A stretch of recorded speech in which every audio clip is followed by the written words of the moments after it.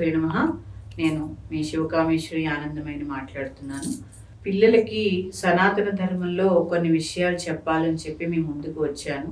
దాంట్లో మొదట మనము గణపతి ప్రార్థనతో మొదలు పెట్టాము. ఇప్పుడు పిల్లలకి ఈ డిజిటల్ ప్రపంచంలో దేవుడు అనేది ఎవరు అనేది తెలియడం లేదు. పిల్లలకి అసలు మొదట దేవుళ్ళు ఎవరు ఆ విషయం గురించి ఈరోజు ప్రస్తావిస్తున్నాను. ఈ విషయము మీరు విని మీ పిల్లలకి తెలియజేస్తారని ముందుకు వెళ్తున్నాను. శ్రీమాత్రే నమః. పిల్లలు, అమ్మ వాళ్ళు ఎప్పుడైనా నాన్న మిమ్మల్ని గుడికి తీసుకెళ్లారా? మీరు దేవుడికి దండం పెట్టుకుంటారు కదా, ఆ దేవుడి కన్నా కూడా ముందు మీకు ఇంట్లో ఇద్దరు దేవుళ్ళు ఉన్నారు. ఎవరు తెలుసా? వాళ్ళు అమ్మ నాన్న.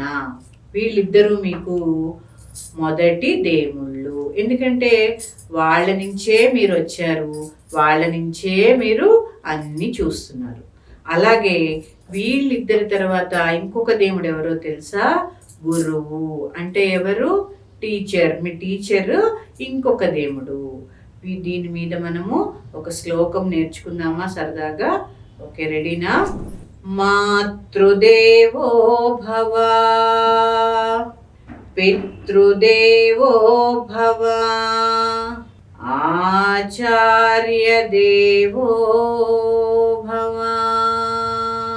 అంటే ఇక్కడ మాతృదేవో భవ అంటే, మాతృ అంటే ఎవరు తెలుసా? అమ్మ.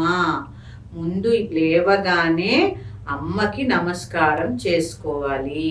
తర్వాత ఎవరు చెప్పాను? అమ్మ తర్వాత పితృదేవో భవ. పితృదేవో భవ అంటే నాన్నగారు. తర్వాత మీ నాన్నగారికి నమస్కారం చేసుకోవాలి. ఉదయం లేవగానే మీరు ఏం చేయాలి? మీ అమ్మ నాన్నగారి కాళ్ళకి నమస్కారం చేసుకుని నిద్ర లేవాలి. తర్వాత ఏం చేస్తారు? మీరు రెడీ అయ్యి స్కూల్కి వెళ్ళిపోతారు కదా, అక్కడ మీ టీచర్ ఉంటారు కదా, టీచర్కి కూడా నమస్కారం చేయాలి. ఎలా చేయాలి? గురుదేవో భవ అని చెప్పి మీ గురువు గారికి కూడా నమస్కారం చేసుకోవాలి. మళ్ళీ ఒకసారి చెప్తున్నాను, వింటారు కదా?